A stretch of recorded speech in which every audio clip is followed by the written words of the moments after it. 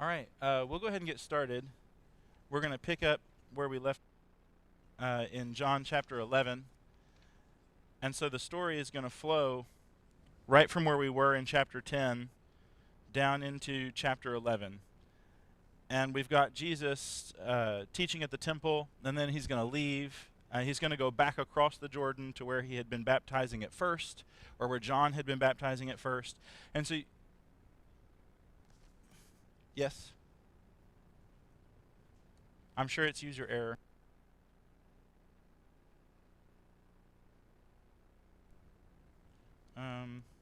It says Mike.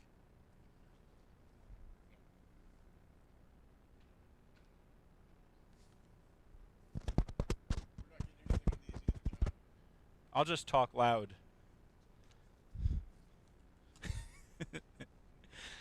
So what we've got is at the end of John chapter 10, it says that Jesus went back to where John had been baptizing. And it's a really neat element of the gospel account. Sometimes we forget that John is telling us a story. And we don't like to use the word story because when we hear story, we think like, Mary had a little lamb or Robin Hood. We kind of think fictitious when we hear the word story. So if you don't like that word, just use the word narrative. And in human narratives, whenever we're telling people things that happen, there are certain elements that we use to kind of draw them in so that they can follow the points that we're making. Because yes, he's telling you a narrative, but there are points along the way that he wants to make sure that you get. And so here what you have is John, Jesus, has started, his ministry begins at the place where John is baptizing. Now he has gone out and he has performed all these signs, he's gone to all these places, he's done all this teaching, and then he comes back to the place where John is baptizing, and so was baptizing, and so it's like he's gone full circle, and you're back at the beginning again. And so now the nature of the Gospel of John is going to change. Right? We've seen the signs. Jesus is still going to do some amazing things, but we've seen kind of the foundation of here is why you should believe. And from this point forward, really, Jesus has his face set towards Jerusalem. So now we've kind of seen why you should believe that Jesus is Messiah, and now we're going to the cross. And there's going to be some other teaching that happens on the way. I'm not saying that there's no more teaching about Jesus or that there's no more signs. But as you read through the gospel, notice, pay attention now. We've come full circle. From chapter 11 on, there's going to be a kind of a change in the way that John presents this information. And so that's where we begin now in chapter 11, where we've got Jesus. He's gone back to the place where he began, and it ends with many believed in him there. And in our minds, that should take you back to the testimony of John the Baptist. Behold the Lamb of God who takes away the sins of the world. That is what they're believing in. John gave this testimony. They have seen who Jesus was. They've heard Jesus talk. They've seen the signs that he's performed. They've seen how the prophets have been fulfilled. And many believed in him there. And so right up to this point right here, if John's gospel stopped, he could go ahead and take what he says at the end. I've written these things so that you may believe. You could put that right here. But we're not done because we haven't finished the narrative. So there's a switch, a kind of a change in direction, if you want to think of it like that. And that's where we'll begin in chapter 11, where it says there was a certain man ill, Lazarus of Bethany, the village of Mary and her sister Martha. And so let's look at this first section here. We'll just do verses 1 through 4. And so as you guys are reading through that and thinking through it, what are some things that you noticed that are important or significant?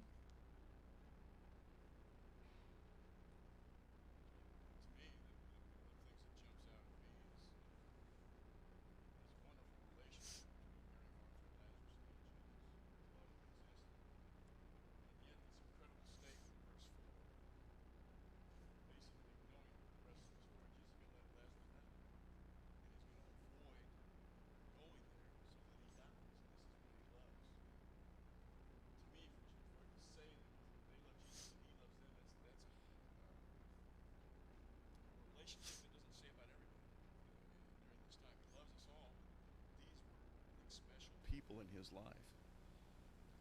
And yet, it's for God's glory. He's going to die, and it's for God's glory. To your point, I think John has made a transition from teaching, and in particular in this chapter, I'll just up front, he's bringing us, what John's saying, here's what it means to believe. I think that's the gist of this whole section in chapter 11, is that reality. And I may be jumping ahead on your notes or whatever, but to me, this is just powerful, powerful, real. Here's what believing looks like, and it's not nice and it's not pretty. It's hard. Yeah. And it goes back to the language that he used in the earlier chapters about he never changed his message, and the message was, if you believe in me, here's what it'll look like. If you don't, and it's heaven or hell, life or death. Yep. But it's the same kind of thing, but now it's focusing on the believer, if you will. Yeah, I think you're right. Those first 4 verses kind of set the stage for that problem. And there's some things that Jesus says that are problematic. They seem problematic at first, right? This isn't going to lead to death. And then what happens? He dies. That's not quite how I thought prophecy worked. And so the kids, we were talking about this, and one of the kids asked the question, well, how can Jesus say this doesn't lead to death if then 2 seconds later Lazarus is dead? And so the way that we described it is if you are going on a trip from Nashville to Philadelphia, you might drive through Knoxville. Is that on the way? To where? To Philadelphia from Nashville? Yeah, I think so. Okay, so you're driving through Knoxville to go to Philadelphia. Now, you wouldn't say my trip led to Knoxville. Your trip is leading to Philadelphia. You just happen to pass through Knoxville on the way. And so when Jesus says this doesn't lead to death, the end of Lazarus' story is not death. It's something he passes through on the way. And so he's able to say this. And if you were one of his disciples and you heard Jesus say, this doesn't lead to death, and then you show up at Bethany and lo and behold, he's dead, that would make you go, this is the first time he's gotten something wrong. But he didn't. And so all of this is really setting the stage for what we're about to see. And I like how you said it's about belief. Here we're going to see what it means to believe.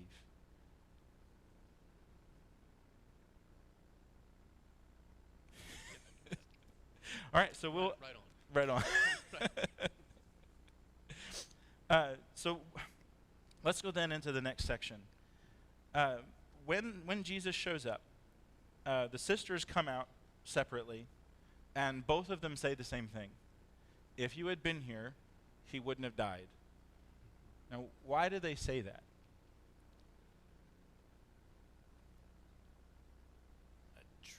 I believe they would say that because he could have done what he's done before and healed him. They believe to that extent that he would have fixed whatever ailment that Lazarus was suffering from.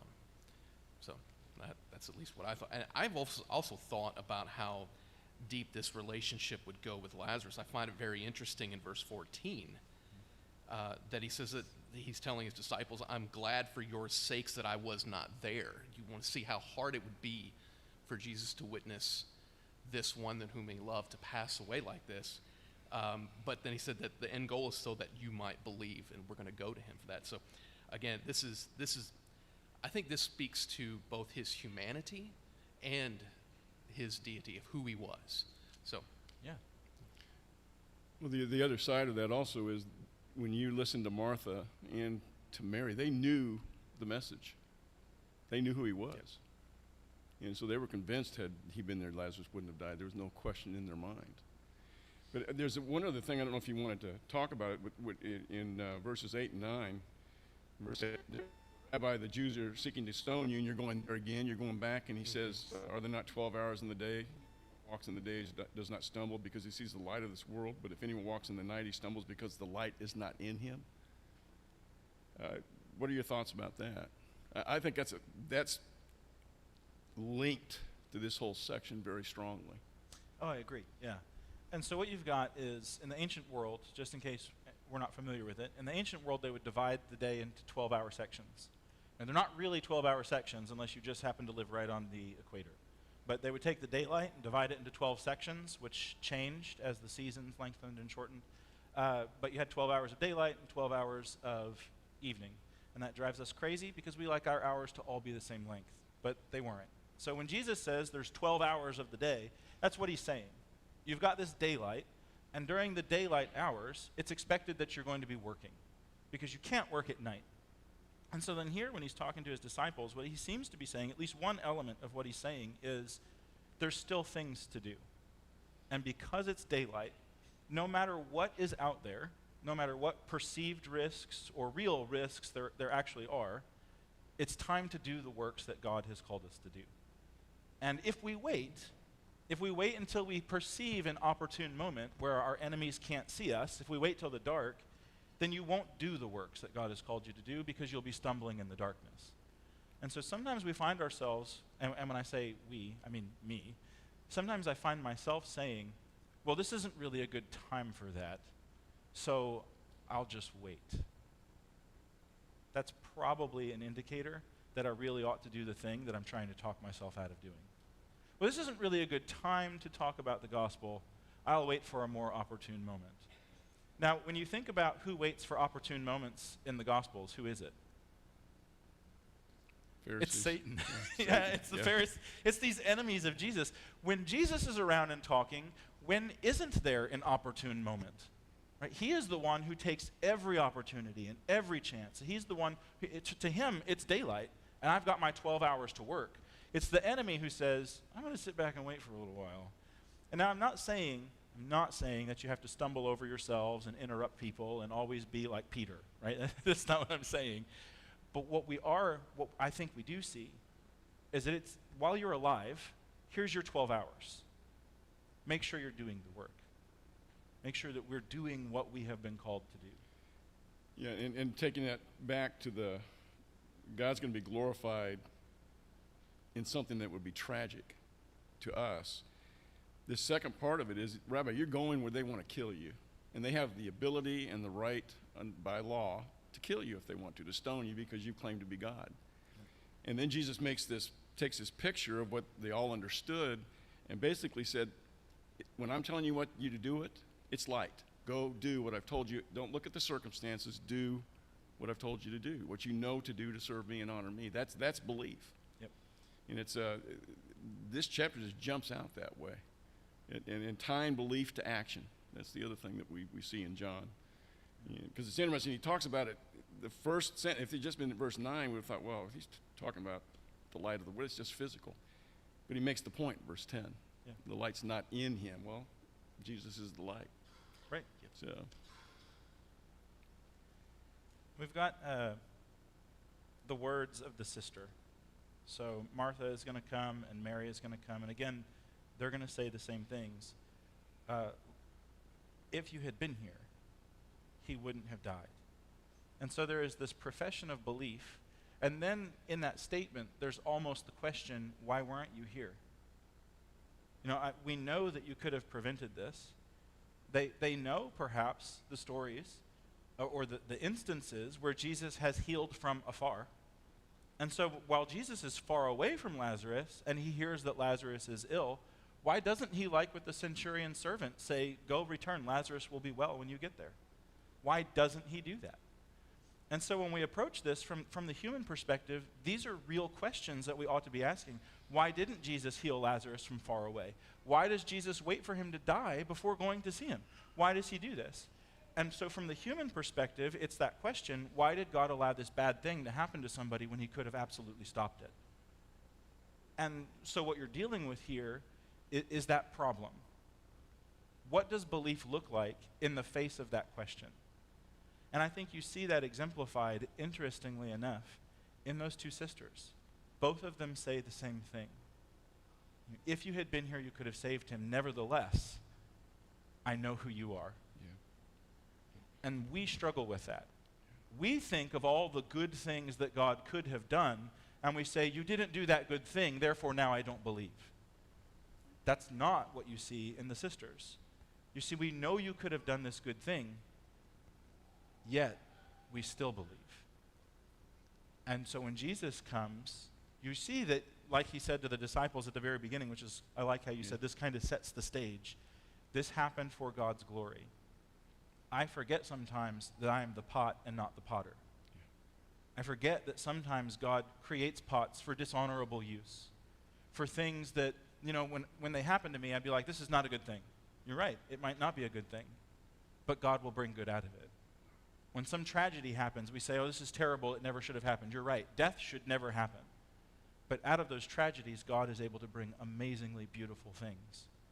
And that's what you see happening here in chapter 11. Is something that ought not to have been, but it is allowed to happen.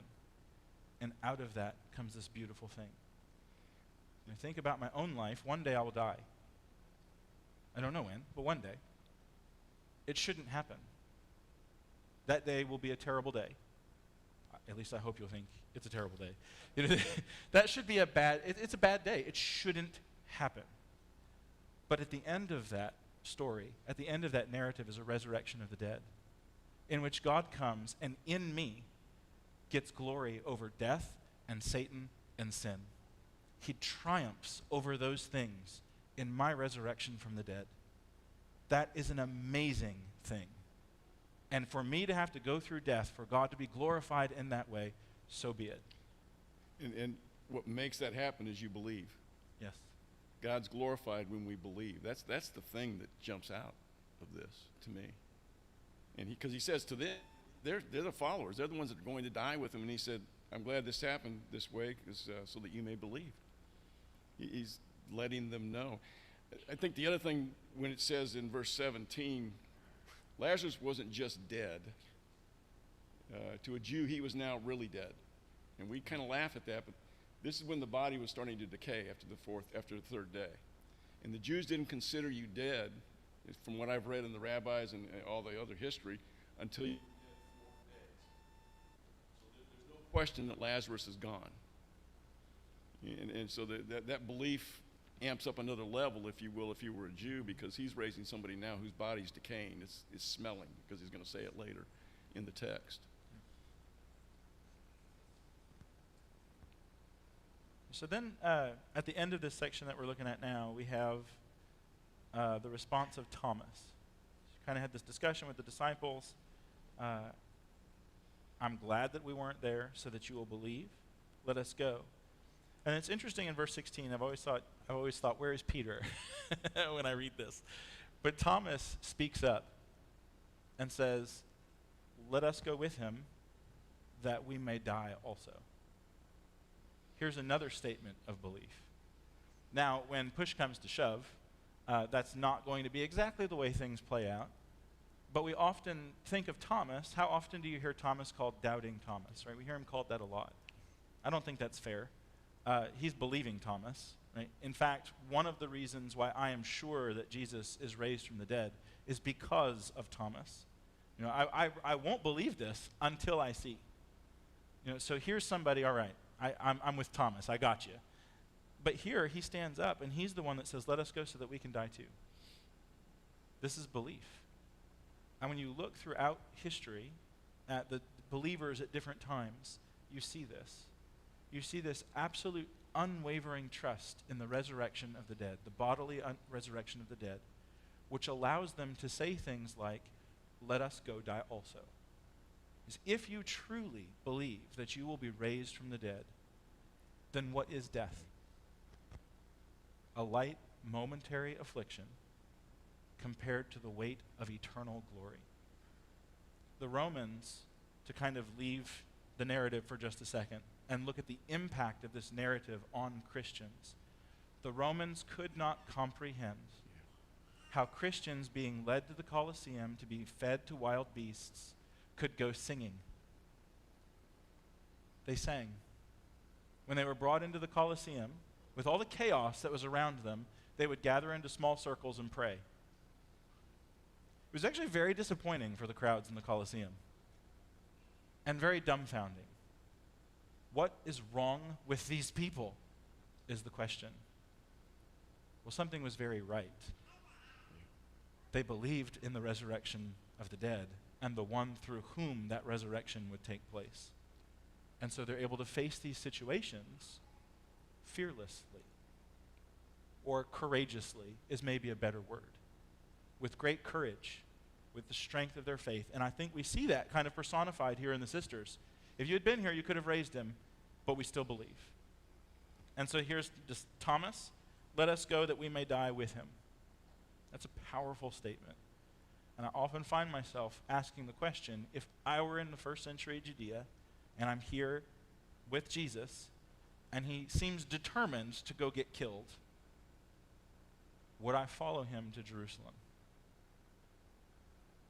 Jesus will say things like, unless you take up your cross and follow me, you're not worthy of me. So Jesus forces us to ask that question. Would I follow him to Jerusalem? And I tend not to look past Calvary. I tend to see, if I go to Jerusalem, I'm going to die. Yeah, but that's not the end of the story. You will live. And so all of these things are coming into play now in John's gospel. They're being brought to the forefront in this moment of Lazarus dying and the sister's faith and Thomas's faith and all that Satan can hurl against Jesus, his disciples, and what Jesus has come to do. We're seeing those things come to a head right now. Jesus has come to face death. Who will win? That seem like a fair way to end that section? Yeah. Our death is our Knoxville. Our Yes. goal is to get to heaven. And so to get to heaven, we have to go through death to get there. Yeah, the people in Knoxville might not appreciate it. Yeah, but you're exactly right. It's inconsequential. You're exactly right. We just have to, it's a place we have to pass through. Well, you notice verse 23. Your brother will rise again. I mean, that's a promise. That's a promise from the one who's about to resurrect him. But of course, her response is, yeah, I know that he's going to be resurrected on the last day. Yeah. Jesus is trying to tell her he's coming back now. And it's going to be for my glory and God's glory. So,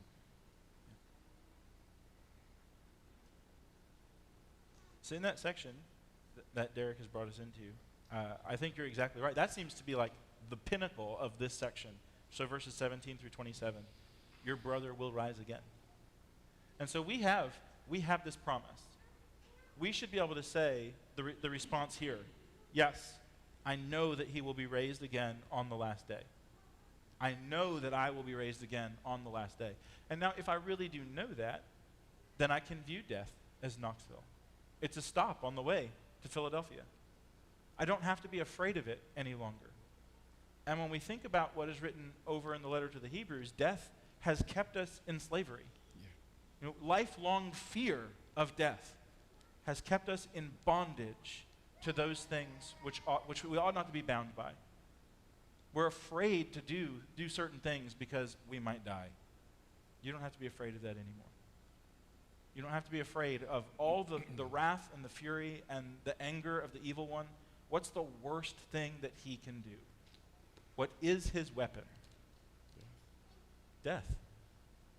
And you don't have to be afraid of that because you have Christ. And he is the life and the resurrection. And it's interesting that that's his response. I am the resurrection and the life. So she says, I know he'll be raised on the last day. And it's almost like she's putting the emphasis on the day. mm-hmm. Like when that day comes, I know that that'll be raised. And Jesus, more to your point, he's like, no, I'm the resurrection. It happens in me. And the only reason why it's going to happen on that day is because that's when I will come. I am the resurrection and the life. And if you want that, you have to have me. And sometimes it's easy to forget that salvation, resurrection, and life are in a person and not a school of thought. Jesus is the way, the truth, and the life. We'll get to that later. He is the resurrection. It is Jesus. And it is belief in him by which we get access to these things. And so we have to be careful that our allegiance is to Christ and Christ alone. And in being faithful to Christ, to the Father and the Spirit also.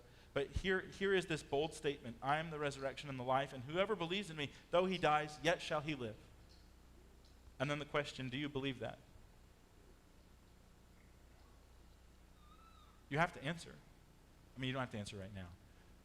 But you have to answer that question. if you believe in me, though you die, you will live. Do you believe that?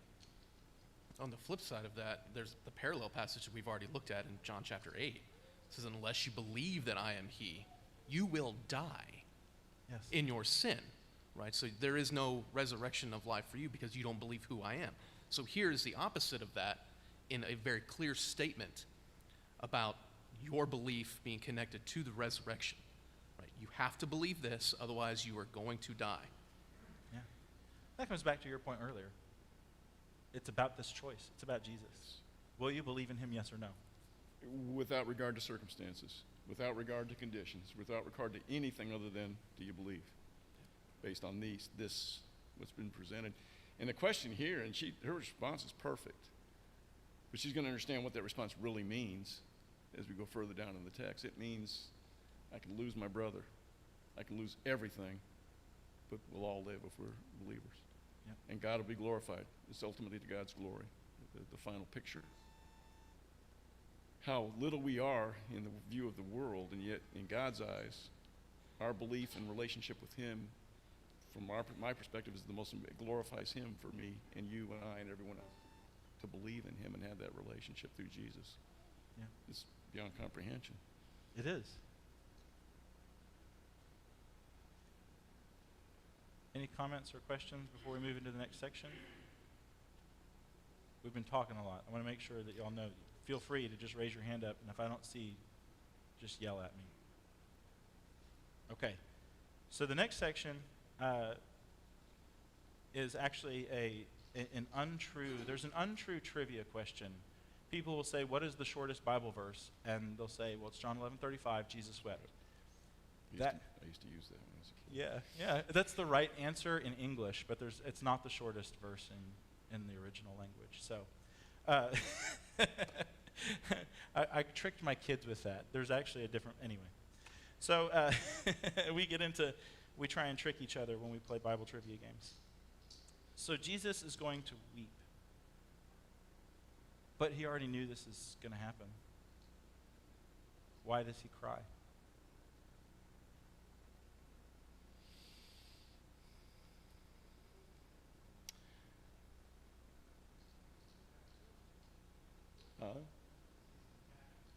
He's compassionate. Yeah. That's one answer. This particular Greek wording carries the idea of being agitated. And it can mean, depending on the context, compassionate, which I tend to lean towards as a person. But the more I thought about it and read other Greek scholars and that kind of thing, when you see something happen as a parent or with a friend, that they do something you know is bad for them, and you've advised them and counseled them, and yet they do it, and they get hurt, you get angry. You're upset with the person, but they're hurt because they didn't do what was right. They didn't hold on to what would have kept them from getting hurt. And I think about Jesus. He's come into this world. He's living the exact life before God that needs to be lived. And he's doing everything to get his disciples and others to see what is true. And yet, in a sense, they don't get it. And I can see both sides of it. I like the idea of compassion because I want that to be the case, but I think the other side of it is, he's saying, do you not see? I am who I claim to be. I've done everything for you to see. You shouldn't even worry about this. Just believe. Trust me. So I see the other side of it too. That could be an agitation, a frustration, because it says it twice, interestingly. Mm-hmm. And it's like he's dealing with people that acting like they have no hope when they do have hope, if they'll believe. So I go on either side of the fence with it. But it's interesting, the more I read about it, the more I think about it, the more I'm leaning intellectually to the side of the agitation. My human side wants to be compassion, to feel sorry for.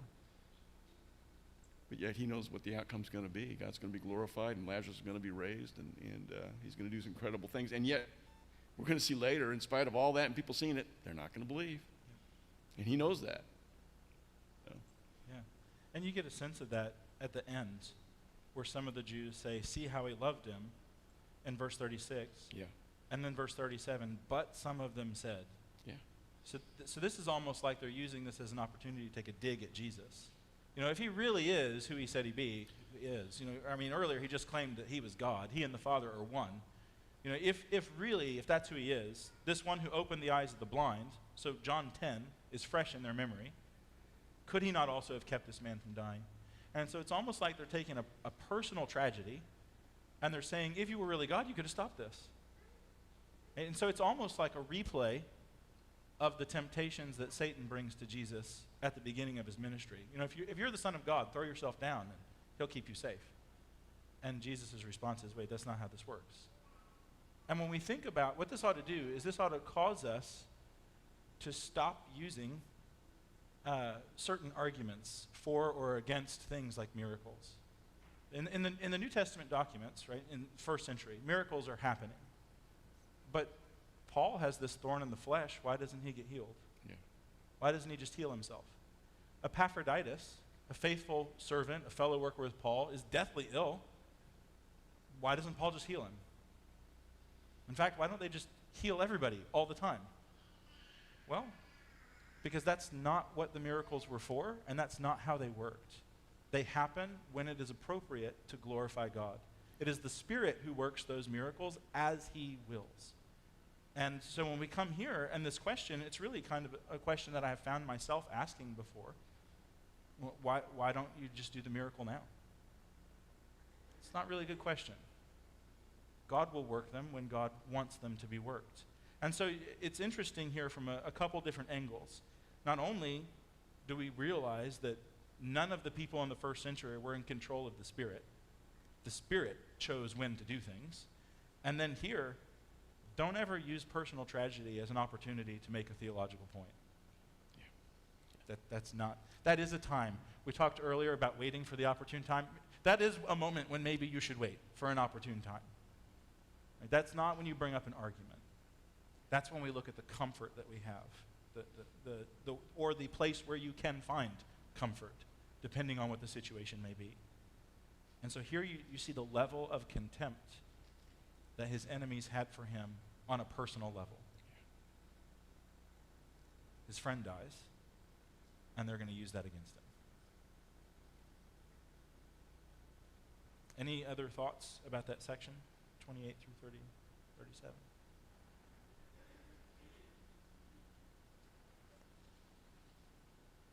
All right, so then we're going to get to the tomb in verse 38. And this is an anomaly historically. And there's about a 110-year period or so where the people in Palestine, in the Levant area, where they did this weird thing with burial, where they would carve out a stone tomb, and they would put shelves in this tomb that they had, and they would have a place where they would lay a body. They would seal the tomb, and they would leave you in there for a certain set number of days. And then after you decayed, they would come and they would collect your bones, and they would put them into a box called an ossuary. And then they would stack the boxes over on the shelves that they had carved out. A few years ago, they found the box, the ossuary, of someone who perhaps was Jesus' brother. James, the brother of Joshua, would be the word that you have, but James, the brother of Jesus. They've also found what they think could be the box of the Apostle Peter. And so it's really neat that at the time where Jesus has come, we've got this weird way of burying people that leaves really good archaeological records.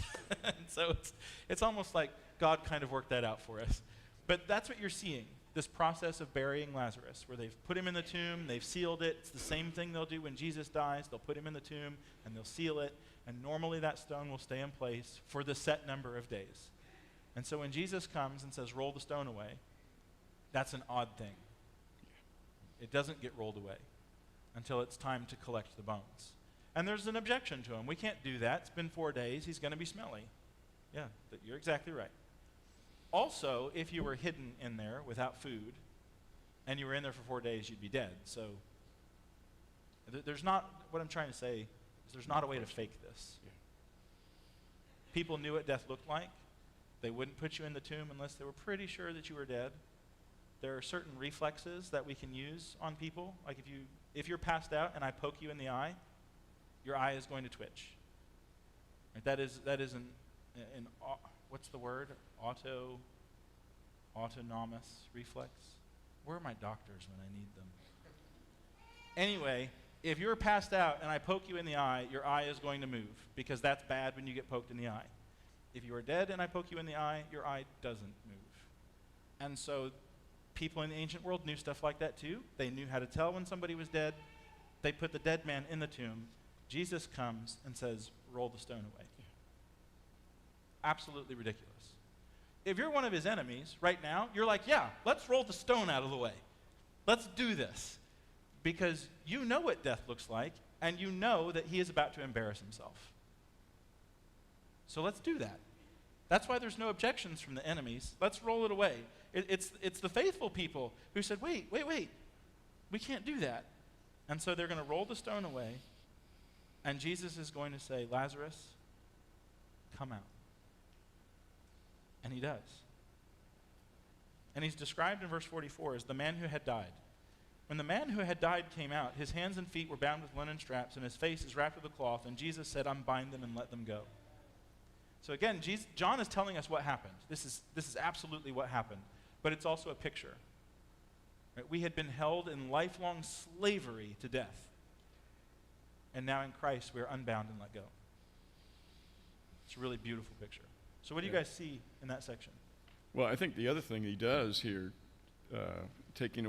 establishing yet again the connection between him and the Father, is he prays out loud to God. He said, I thank you, you've heard me, and I know that you always hear me, but I said this on account of the people standing around that they may believe that you sent me. He's calling on God in front of them and then calls Lazarus out. You cannot not make the connection.